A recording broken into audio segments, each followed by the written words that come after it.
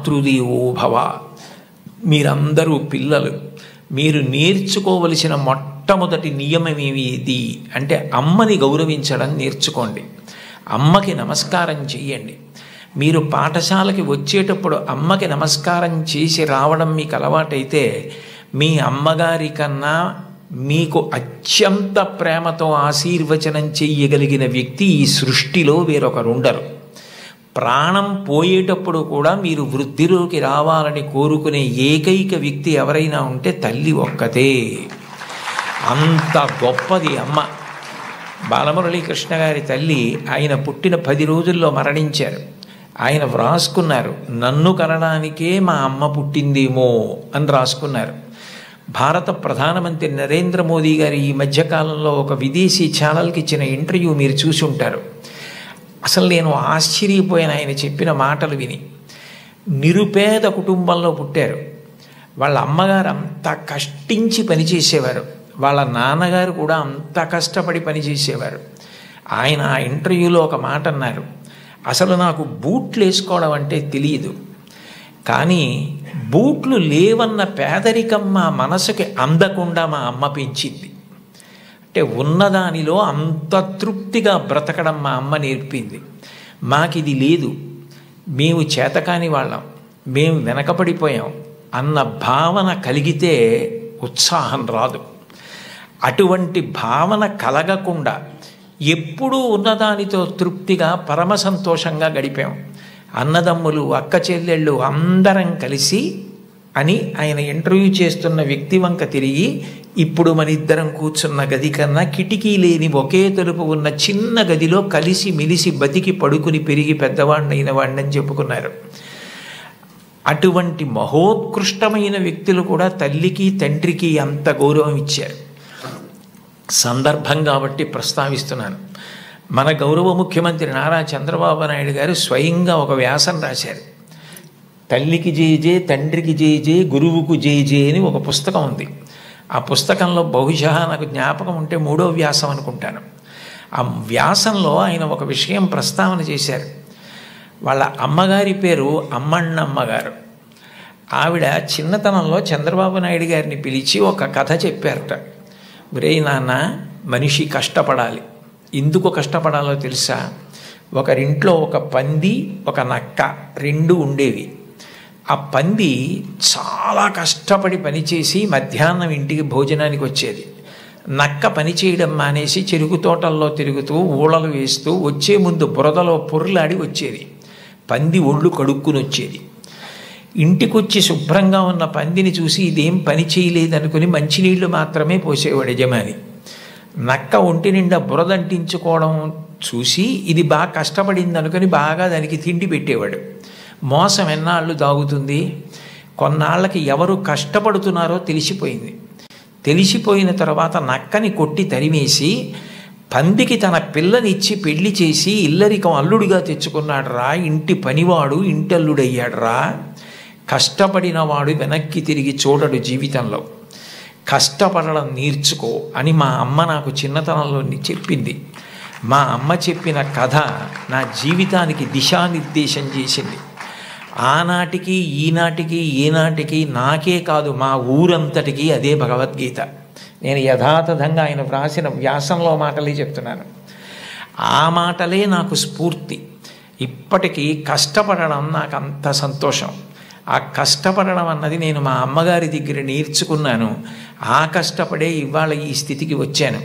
నేను ముఖ్యమంత్రినైనా మా అమ్మగారు మాత్రం మా ఇంట్లో గట్టిగా 3 రోజులు ఉండడానికి ఇష్టపడేది కాదు. మళ్ళీ వెళ్ళిపోయి ఆ నారావారి పల్లెలో తెల్లవారి 5 గంటలకి లేచి గొడ్డు గోద పొలము పనులు అవి చేసుకోవడం, ఆ కష్టపడ్డము ఆవిడికి ఎంత సంతోషము అని అమ్మగారి ప్రేరణతో తాను ఎంత వృద్ధిలోకి వచ్చారో వ్రాసుకున్నారు. నేను ఏదో 4-5 విషయాలు మాత్రమే ప్రస్తావించాను. లోకంలో తల్లిని మించిన దైవం లేదు. మీరు జీవితంలో ఎప్పుడైనా అమ్మ నువ్వేం చేశావని అడిగితే, మీరు అమ్మకి చెప్పలేని స్థితి కలిగితే, మీరు చేసిన పని మీ అమ్మగారికి మీరు చెప్పలేకపోతే అంతకన్నా ఆత్మద్రోహం ఇంకొకటి లేదు. మీరు ఏది చేసినా మీ అమ్మగారికి చెప్పగలగాలి. ఇది నేను మా అమ్మకి చెప్పలేను అన్న పని చెయ్యకండి. మీరు ఒకవేళ తప్పు చేసినా మిమ్మల్ని క్షమించడానికి సిద్ధంగా ఉండే మొదటి వ్యక్తి ఈ ప్రపంచంలో ఎవరైనా ఉంటే అమ్మే.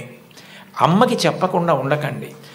అమ్మ ఒకవేళ మిమ్మల్ని దెబ్బలాడి ఇక పైన ఇట్లా చెయ్యకు అంటే ఇక మళ్ళీ ఆ తప్పు చెయ్యకండి. మీరు పిల్లలు కాబట్టి ఒకసారి చెయ్యొచ్చు ఎప్పుడైనా, కానీ పొరపాటు జరిగిన మీ అమ్మగారికి చెప్పండి, వద్దంటే మాత్రం చేయకండి.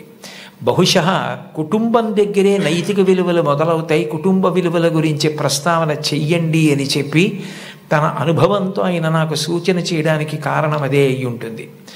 తల్లి ఎంత గొప్పదో తండ్రి అంత గొప్పవాడు. తండ్రిని జీవితాంతం దైవంతో సమానంగా చూడాలి.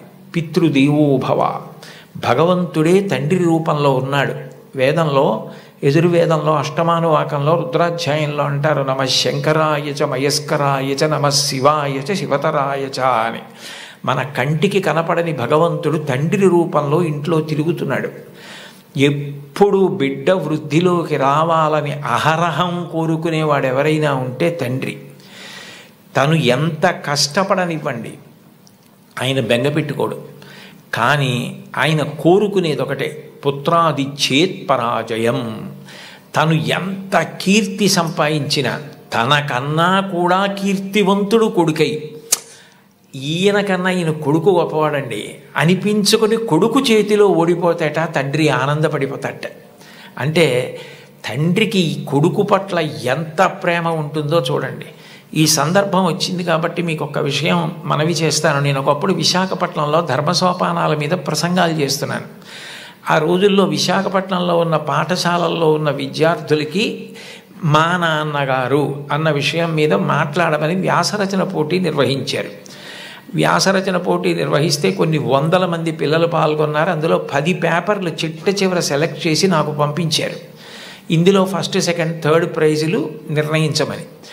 నేను పేర్లు చూస్తే ఒకవేళ నాకు ఏదైనా పక్షపాతం కలుగుతుందేమో, సుశీల అని కనపడింది అనుకోండి, తెల్లవారుజామునే మా అమ్మ గుర్తొచ్చి ఒక మార్క్ ఎక్కువ వేస్తానేమో అని నేను పేర్లు చూడకుండా పేపర్లు దిద్ది మార్కులు వేసేసి తర్వాత పేర్లు చూశాను. చూస్తే నేను ఫస్ట్ ప్రైజ్ ఇచ్చినటువంటి వ్యక్తి ఒక మహమ్మదీయ బాలిక. నేనేం మార్చలేదు సుమండి, అట్లాగే ఇచ్చేసాం. అప్పుడు ఆ బహుమతులు ఇస్తున్న సభకి అప్పుడు తిరుమల తిరుపతి దేవస్థానాలకి కార్యనిర్వహణాధికారి మాన్యులు శ్రీ ఎల్వి సుబ్రహ్మణ్యం గారు ఆయన ముఖ్య అతిథిగా వచ్చారు. ఆయన ప్రైజ్ ఇస్తూ ఈ పిల్ల ఏం రాసింది మైక్లో చదివి వినిపించమనండి అన్నారు. అంటే ఆ పాప పేపర్ చదివింది. అందులో ఆమె ఏం రాసిందంటే, వాళ్ళ అమ్మగారు టీచరు, వాళ్ళ నాన్నగారు కూడా ఏదో ఉద్యోగం, ఆయనకి బ్లడ్ క్యాన్సర్ వచ్చింది, చూసుకోలేదు, ముదిరిపోయింది, 3 నెలల్లో చనిపోతారని చెప్పారు. ఆయన తన భార్య దగ్గరికి వెళ్ళి అడిగింది ఏంటంటే, ఈ 3 నెలలు నేను చనిపోతానన్న విషయం పిల్లలకి చెప్పద్దు, వాళ్ళు ఏడిస్తే నేను చూడలేను, నేను చనిపోయాక వాళ్ళు ఎటు ఏడుస్తారు, అప్పుడు నేను ఆపలేను, నేను బ్రతికుండగా వాళ్ళు ఏడవడం నేను చూడలేను, కాబట్టి నేను చనిపోతాను 3 నెలల్లో అన్న విషయాన్ని మాత్రం నా పిల్లలకి చెప్పద్దని రాత్రింబవళ్ళు హక్కున చేర్చుకొని మా భవిష్యత్తు కోసం ఇంకా కష్టపడి అంత జాగ్రత్తగా వ్యవస్థ చేసి 3 నెలల తర్వాత ఆయన మరణిస్తారని తెలిసి చిట్ట చివరి కాలంలో 3 దగ్గర పెట్టుకుని చెప్పకుండా అంత ప్రేమ చూపించి కన్నుల నీరు కారుస్తూ 3 వంక గుడ్లు తిప్పుతూ ప్రాణం వదిలేశారు ఆయన. తండ్రి అంటే అది. అంతటి త్యాగశీలి మా నాన్న. ఇది నాకు తెలిసున్న తండ్రి. ఇంతకన్నా తండ్రి గురించి చెప్పడం నాకు రాదని రాసింది ఆ అమ్మాయి. ఆ అమ్మాయికి ఫస్ట్ ప్రైజ్ ఇచ్చాం. తండ్రి అంటే అంత గొప్పవాడు. మీకోసం ఏ త్యాగం చేయడానికైనా సిద్ధంగా ఉంటాడు. అబ్రహాం లింకన్ గారు అమెరికాకి అధ్యక్షుడైన తర్వాత మొట్టమొదటిసారి సినేట్లో సభ ఏర్పాటు చేసి పారిశ్రామికవేత్తల్ని, ధనవంతుల్ని అందరినీ పిలిచి దేశాభివృద్ధి కొరకు వారు విరివిగా పెట్టుబడులు పెట్టవలసిన అవసరం గురించి ప్రసంగం చేస్తున్నారు. లోకంలో ఎప్పుడూ అసూయ, పక్షపాతం, సంకుచితత్వం ఇవి కూడా ఉంటాయి. వెలుగుతో పాటే చీకటి. అందులో ఒక ధనవంతుడికి అసూయ కలిగింది. ఇంత పేదవాడు ఈయన అమెరికా అధ్యక్షుడు అవడం ఏమిటని అకస్మాత్తుగా సభలో లేచి నిలబడి, లింకన్ అదృష్టం కలిసి వచ్చి ఇవాళ అమెరికా అధ్యక్షుడు అయ్యావు, నేను వేసుకున్న ఈ బూటు మీ నాన్నగారు కుట్టింది అని బూటు చూపించాడు. అందరూ ఆశ్చర్యపోయారు. అబ్రహాం లింకన్ కూడా హతాశుడయ్యారు ఒక్క నిమిషం. కానీ వెంటనే ఆయన తేరుకుని తాను కూర్చున్న కుర్చీలోంచి లేచి నిలబడి ముకుళిత హస్తాలతో ఆ పారిశ్రామికవేత్తకి నమస్కారం చేసి, మీరు నాకు మహోపకారం చేశారు. ఇంత కష్టపడి పెంచి మా నాన్నగారు పెద్ద చేసి ఉండకపోతే ఇవాళ నేను అమెరికా అధ్యక్షుడిని అయ్యేవాడిని కాను. నేనే స్మరించవలసింది మా నాన్నగారిని. నేను స్మరించకపోయినా మీరు గుర్తు చేశారు. నిజమే, మా నాన్నగారు బూట్లు కుట్టేవారు. నాకు కూడా నేర్పారు బూట్లు కుట్టడం, చెప్పులు కుట్టడం. ఎప్పుడైనా మీ బూటు మీకు వదులైపోతే నాకు ఒక్క ఫోన్ చేయండి. నేను అమెరికా అధ్యక్షుడినైనా ఆయన కొడుకుని. ఆయన కుట్టిన బూటుకి మరమ్మత్తు చేయడం నా అదృష్టంగా భావించి మీ ఇంటికి వచ్చి మరమ్మత్తు చేసి వెడతాను. అది నా తండ్రికి నేను ఇవ్వగలిగిన కితాబ్ అన్నారు. సభ అంతా కరతాళ ధ్వనులు మారిమోగిపోయింది.